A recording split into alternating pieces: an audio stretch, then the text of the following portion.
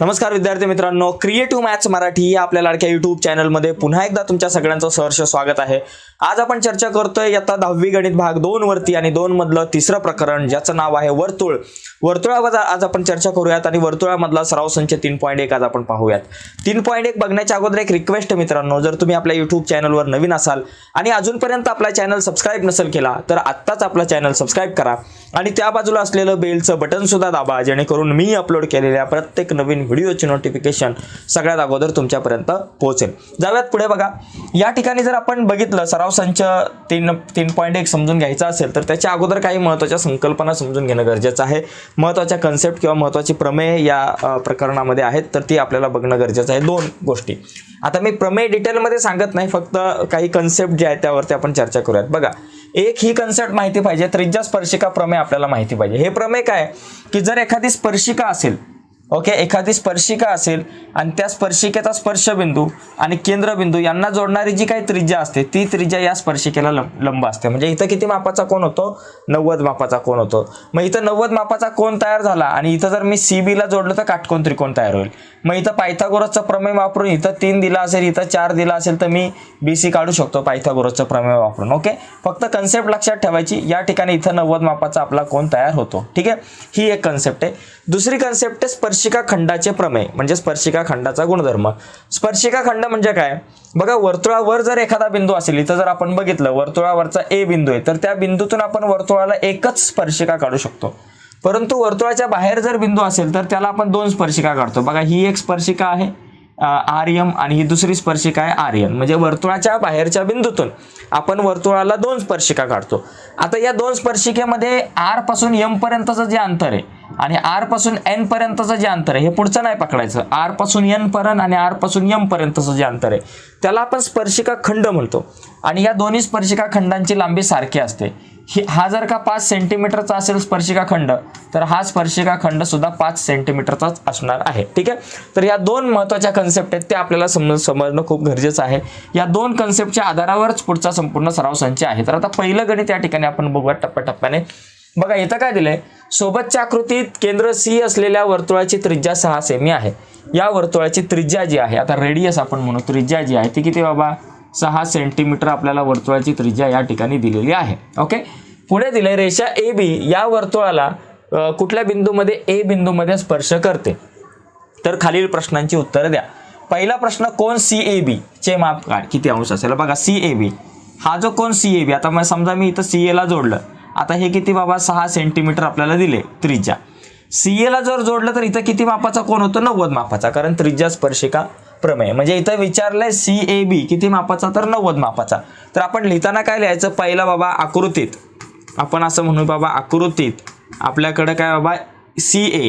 CA ही काय बाबा? त्रिज्या आहे। CA ही त्रिज्या व AB ही स्पर्शिका आहे। AB ही स्पर्शिका आहे। ओके, स्पर्शिका आहे। स्पर्शिका असल्यामुळे काय होतं माहिती आहे का? यास ही स्पर्शिका असल्यामुळे आपण असं लिहू शकतो की म्हणून CA, म्हणून लिहू शकतो CA लंब AB।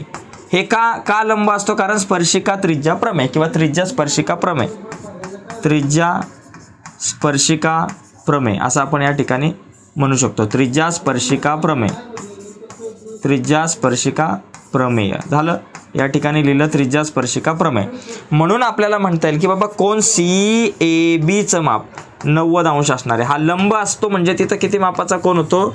90 मापाचा कोन होतो। हा लंब म्हणजे 90 मापाचा कोन झाला। आता यातला दुसरा प्रश्न, दुसरा काय बाबा? बिंदू C हा रेषा AB पासून किती अंतरावर आहे? आता C हा AB पासून किती अंतरावरती आहे बाबा? हे 6 आहे ना CA, बरोबर ना? त्रिज्या CA आपण या ठिकाणी म्हणू बाबा, त्रिज्या CA बरोबर किती? 6 सेंटीमीटर, बरोबर। आणि त्याचबरोबर आपल्याला काय दिलंय? CA लंब AB दिलंय, म्हणून आपण म्हणू शकतो की बाबा बिंदू C हा रेषा AB पासून किती अंतरावर आहे बाबा? 6 सेंटीमीटर, म्हणून लिहू शकतो की बिंदू C हा, म्हणून बिंदू C हा रेषा AB पासून 6 सेमी काय बाबा? 6 सेमी अंतरावर आहे, असं लिहायचं। 6 सेमी अंतरावर आहे, 6 सेमी अंतरावर आहे, झालं। या ठिकाणी झाला, हा एक मुद्दा झाला. तर अशा प्रकारे हे 2 प्रश्न झाले. आता तिसरा आणि चौथा प्रश्न आपण लगेच बघूयात.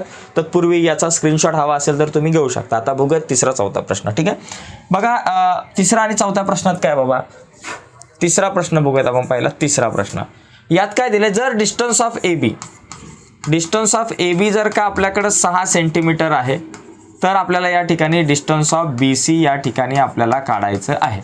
बघा आता ए सी किती बाबा 6 आहे आणि ए बी पण म्हटलंय 6, तर बी सी काढा. आता इथं काटकोन त्रिकोण तयार झालाय, बरोबर.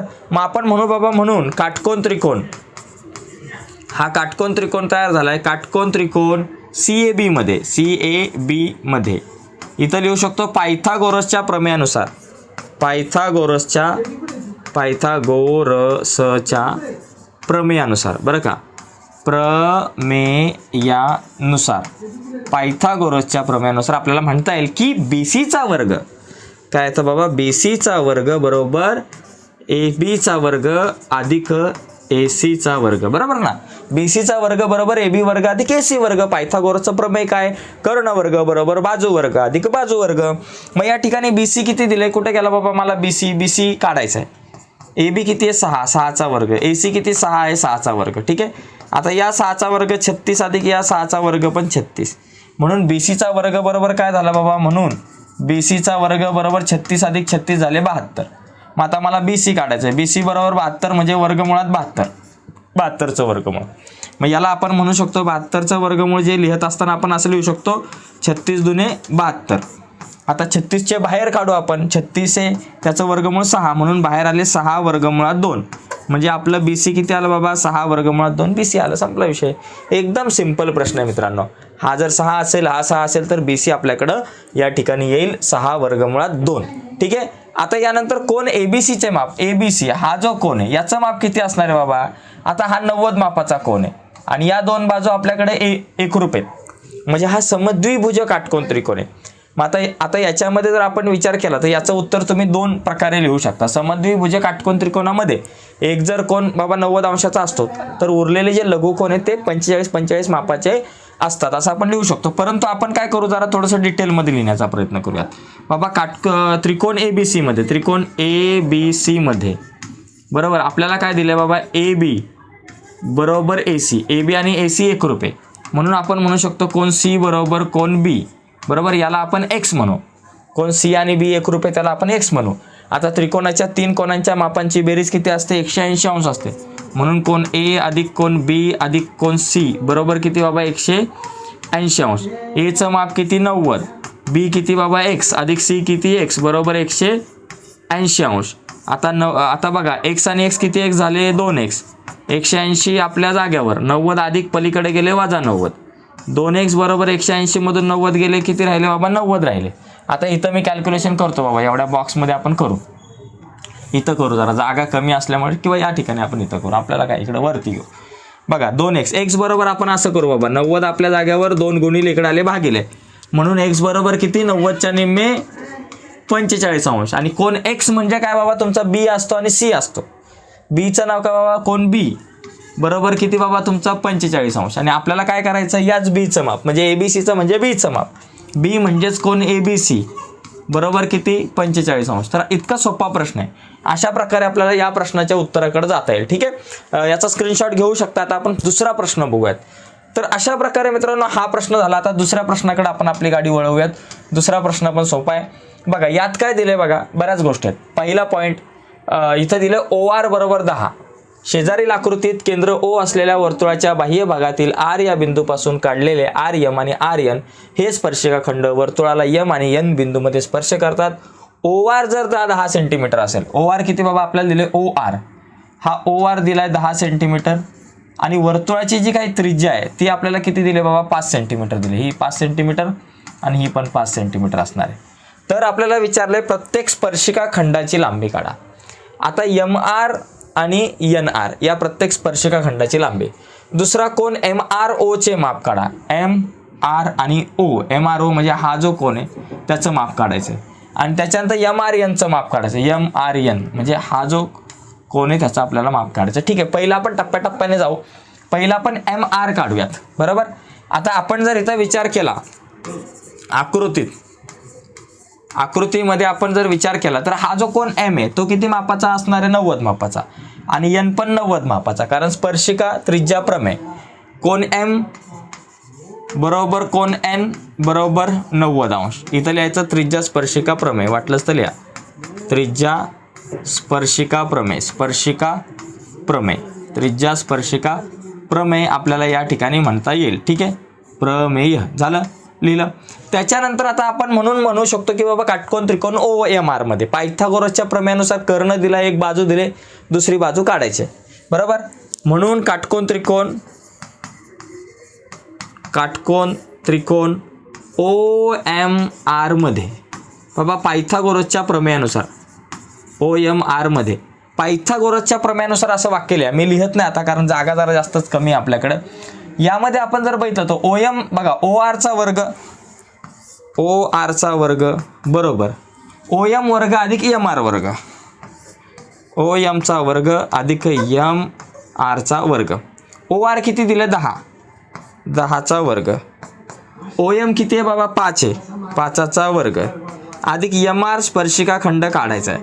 10चा वर्ग 100, 5चा वर्ग 25 अधिक एम आरचा वर्ग. आता 25 अधिक इकडे आले वजा, 100 वजा 25 बरोबर एम आरचा वर्ग. म्हणून आपल्याकडे एम आरचा वर्ग 100 मधून 25 गेले 75. मग आपल्याकडे एम आर किती बाबा? 75चं वर्गमुळात 75. 75 म्हणजे बाबा किती? 75चा जर विचार केला तर 75ला कितीने भाग जाईल? 25ने. 25 त्रिक 75, 25 गुणिले 3. म्हणजे याचा अर्थ आपल्याकडे एम आर बरोबर आपण काय लिहू शकतो? एम आर बरोबर 25चे बाहेर आले 5 वर्गमुळात 3. आता एम आर 5 वर्गमुळात 3 आलं. एम आर आलं 5 वर्गमुळात 3. तर एन आर पण किती येणार? 5 वर्गमुळात 3 येणार, कारण दोघे सुद्धा स्पर्शिका खंड आहेत. इथं लिहू शकतो आपण एम आर बरोबर एन आर बरोबर, कारण हे काय बाबा स्पर्शिका खंड आहे. तिथं वाटलंच तर लिहा स्पर्शिका खंड बरोबर. परंतु आपल्याकडे एम आर बरोबर 5 वर्गमुळात 2 3 सेंटीमीटर आहे. म्हणून आपल्याकडे एन आर सुद्धा किती आलं बाबा? 5 वर्गमुळात 3 सेंटीमीटर. झाला बाबा, हा मुद्दा झाला आपल्याकडे. हे 5 वर्गमुळात 3 सेंटीमीटर आलं, एवढं झालं.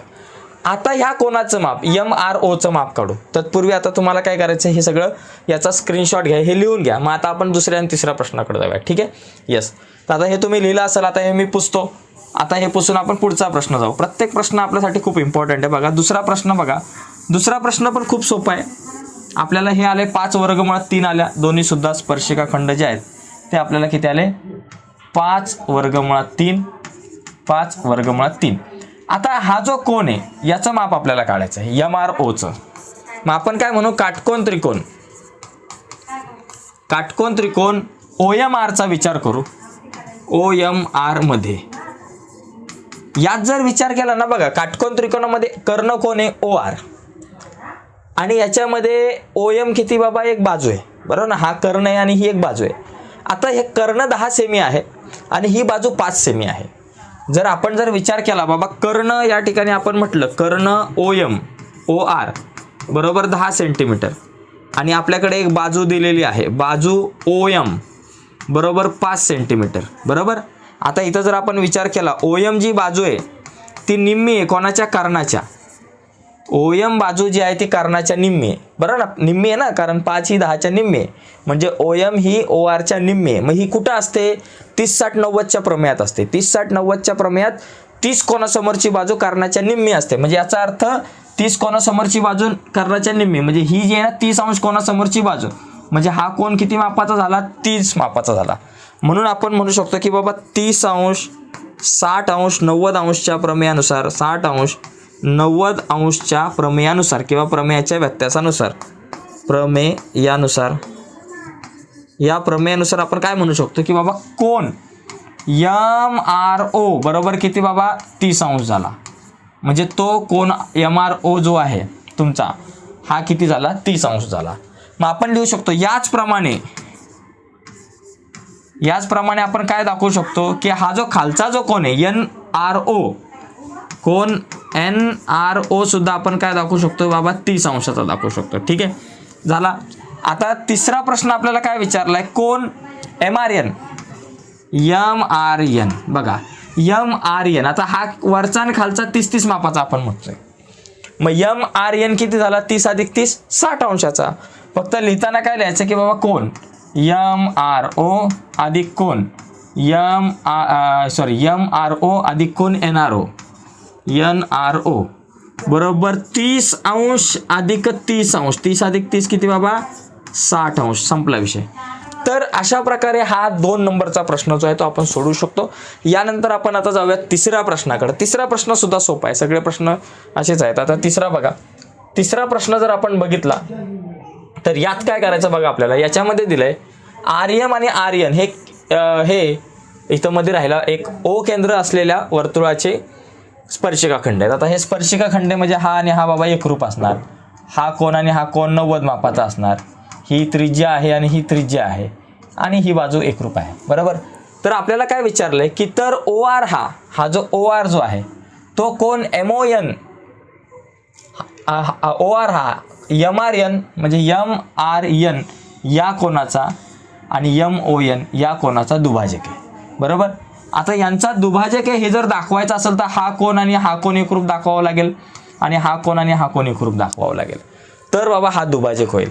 मग त्यासाठी आपण काय करू, हे 2 त्रिकोण एकरूप दाखवू. वरचा आणि खालचा त्रिकोण एकरूप दाखवायचा. 2 त्रिकोण एकरूप आले तर त्याचे संगत कोण एकरूप असतात वगैरे होऊ शकतं. आता याच्यामध्ये पक्ष, साध्य, सिद्धता या सगळ्या गोष्टी आपण बघूयात.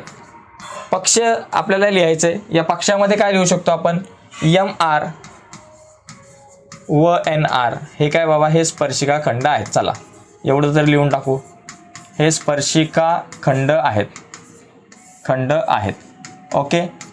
आता आपल्याला साध्य काय करायचं बाबा, बघा साध्य आपल्याला या ठिकाणी करायचं आहे की आपल्याला सांगितलं की OR जो आहे, चला पहिलं 2 साध्य. पहिलं OR हा इथं लिहू शकतो रेख OR. OR हा कोण MON चा, हा कोण MON चा दुभाजक आहे. कोण दुभाजक आहे, कोण दुभाजक आहे हे सिद्ध करायचंय. आणि त्याचप्रमाणे आणखी एक दुसरी गोष्ट की बाबा रेख OR ला आपण इथं RO म्हणू. RO हा MRN चा दुभाजक आहे. हा कोण MRN चा दुभाजक आहे. ठीक आहे, दुभाजक आहे किंवा कोण दुभाजक आहे. झालं. आता आपण सिद्धता लिहायला घेऊयात बरं. सिद्धता सोपे येतं. सिद्धता लिहिताना आपण काय करू, 2 त्रिकोण अगोदर एकरूप दाखवू. 2 त्रिकोण एकरूप दाखवले की त्याच्या संगत कोण जे आहेत ते आपल्याला इथं दाखवता येतील. आता 2 त्रिकोण या ठिकाणी कुठले, OMR. मग इथं लिहायचं त्रिकोण OMR व त्रिकोण ONR मध्ये याच्यामध्ये काय दाखवता येईल बाबा, पहिलं काय बाबा MR एकरूप NR हे स्पर्शिका खंड आहे बरं का. इथं लिहायचं बाजू MR एकरूप बाजू NR इथं काय लिहिणार बाबा, स्पर्शिका खंड. ठीक आहे, स्पर्शिका खंड. आता जागा जरा थोडी आपल्याकडे कमी पडायला लागले. दुसरा पॉइंट, दुसरं काय लिहू शकतो बाबा, OM आणि OR एकाच वर्तुळाच्या त्रिज्या आहेत. इथं लिहू शकतो बाजू OM बरोबर बाजू OR कारण काय बाबा या एकाच वर्तुळाच्या त्रिज्या OM आणि OR नाही, OM आणि ON आहे. OM आणि ON. ठीक आहे, बाजू OM आणि ON ह्या एकाच वर्तुळाच्या त्रिज्या आहेत. आणि तिसरी गोष्ट काय की बाजू OR एकरूप बाजू OR आणि OR एकरूप. कारण काय बाबा सामायिक भुजा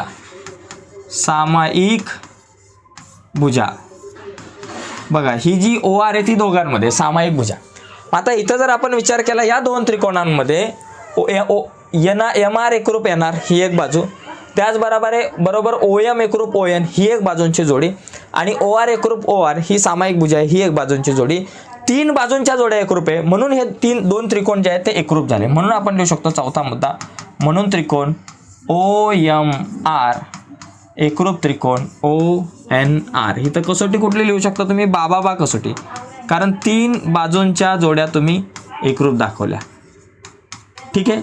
आता आपण आपल्या मुख्य उत्तराकडे येऊयात. 5वा पॉईंट की बघा, आता पहिली गोष्ट आपण काय दाखवू, OR हा कोण दुभाजक, कोण दुभाजक आहे कोणाचा, MON चा. मग त्यासाठी आपण दाखवू, पहिलं लिहू कोण MOR एकरूप कोण NOR. बघा MOR आणि NOR हे दोन कोण कसे झाले, एकरूप झाले, कारण एकरूप त्रिकोणाचे संगत कोण, एकरूप त्रिकोणाचे संगत कोण. ठीक आहे. हे आता त्याच्यानंतर मग इथं 6वा मुद्दा लिहू शकता की म्हणून हे दोन कोण एकरूप आहे, म्हणजे हा झाला कोण दुभाजक. म्हणून OR हा रेख OR हा कोण MON चा कोण दुभाजक आहे. MON चा कोण दुभाजक, कोण दुभाजक आहे. झालं, एक पॉईंट झाला. आता दुसरा पॉईंट, इथं 7वा पॉईंट वाटलंच त्याला, म्हणून 1 2 3 4 5 6 7. आता ह्याच्यामध्ये बघा, हे दोन कोण पण एकरूप, MRO कोण MRO एकरूप कोण MRO आणि NRO हे दोघं जण एकरूप कोण NRO. इथं पण लिहायचं एकरूप त्रिकोणाचे संगत कोण, हे पूर्ण वाक्यात पण आपण लिहू शकतो. झालं. आता हे दोन कोण एकरूप आहे, म्हणजे RO काय झाला, दुभाजक झाला. म्हणून आठवा लिहू शकतो की बाबा रेख RO हा कोण कुठल्या कोणाचा, MRN चा दुभाजक आहे. MRN चा कोण दुभाजक आहे, कोण दुभाजक आहे. अशा प्रकारे आपल्याला या प्रश्नाच्या उत्तराकडे जाता येऊ शकतं. ठीक आहे. तर अशा प्रकारे आपण काय करू शकतो, हा तिसरा जो प्रश्न आहे तो आपण सोडू शकतो. यानंतर आपण पुढच्या प्रश्नाकडे जाऊयात, पण तत्पूर्वी याचा स्क्रीनशॉट तुम्हाला घ्यायचा असेल तर घेऊ शकता. यानंतर आपला शेवटचा जो प्रश्न आहे 4था, त्याच्याकडे आपण वळूयात. तर तिसरा प्रश्न खरं तर सोपा आहे, तो तुम्ही सोडवण्याचा प्रयत्न करा. तुम्हाला ट्रिक सांगतो काय करायचं आहे. एक वर्तुळ आहे आणि या वर्तुळामध्ये जर आपण बघितलं तर या वर्तुळामध्ये ही एक आपल्याकडे स्पर्शिका दिसते आणि ही दुसरी एक आपल्याकडे स्पर्शिका आहे. या दोन आपल्याकडे स्पर्शिका या ठिकाणी आहेत. काय सांगितलं, 4.5 सेमी असलेल्या वर्तुळाच्या दोन स्पर्शिका परस्परांना समांतर आहे. ही एक आहे L आणि ही एक आहे M. ह्या परस्परांना समांतर आहेत. तर त्या स्पर्शिकातील अंतर किती, आता या दोन स्पर्शिकांमधलं अंतर किती. आता इथं त्रिज्या जर बघायला गेलं तर ही त्रिज्या 4.5 पकडा आणि ही त्रिज्या 4.5 पकडा. आता हा समजा A स्पर्शबिंदू हा B आहे. मग ABचं जर अंतर बघितलं तर R अधिक R किती होतं बाबा, 2R. म्हणजे 2 गुणिले त्रिज्या किती बाबा, 4.5 आणि 4.5च्या डबल किती, 9 सेंटीमीटरचं. म्हणजे हे तुम्ही तुमच्या लेवलला सॉल्व्ह करण्याचा प्रयत्न करा. मी तुम्हाला सांगितलं की कसं आपल्याला याला सोडवता येऊ शकतं, बाकी डिटेल्समध्ये तुम्ही लिहू शकताय. तर आजच्या या व्हिडिओमध्ये आपण इथंच थांबूयात. पुढची जी काही व्हिडिओ आहे त्याच्यामध्ये आपण सराव संच 3.2 जो आहे त्या 3.2 वरती चर्चा करूयात. आणि पुढची व्हिडिओ तुमच्यापर्यंत पोहोचावी असं वाटत असेल आणि अजूनपर्यंत तुम्ही आपला चॅनल सबस्क्राईब नसेल केला तर आत्ताच आपला चॅनल सबस्क्राईब करा. आणि नुसताच चॅनल सबस्क्राईब नका करू, त्या बाजूला एक बेलचं बटन आहे ते सुद्धा दाबा, जेणेकरून मी अपलोड केलेल्या प्रत्येक नवीन व्हिडिओची नोटिफिकेशन तुमच्यापर्यंत पोहोचेल. ओके मित्रांनो, बाय सर्वांना, धन्यवाद.